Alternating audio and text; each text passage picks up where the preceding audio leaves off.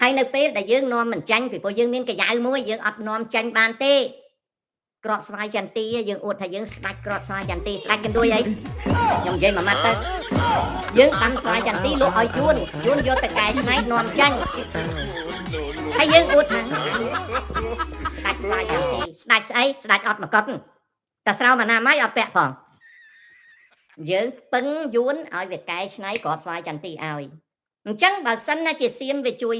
កែច្នៃក្របស្វាយចន្ទីឲ្យយើងវាអាចរស់បានហើយចុះបើយើងបាត់យួនបាត់សៀមពេលណាក្របស្វាយចន្ទីយើងកើនឡើង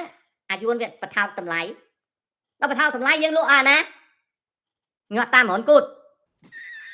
អញ្ចឹងមិនលក់ឲ្យយួនខាតអាហ្នឹងហើយហៅខាតនោះវាមិនមែនទឹកត្រីមួយដបមីមួយកញ្ចប់ទេវាមិនមែនកាហ្វេមួយកែវទេអាហ្នឹងគេហៅពាណិជ្ជកម្មហើយពាណិជ្ជកម្មមានទៅមានមក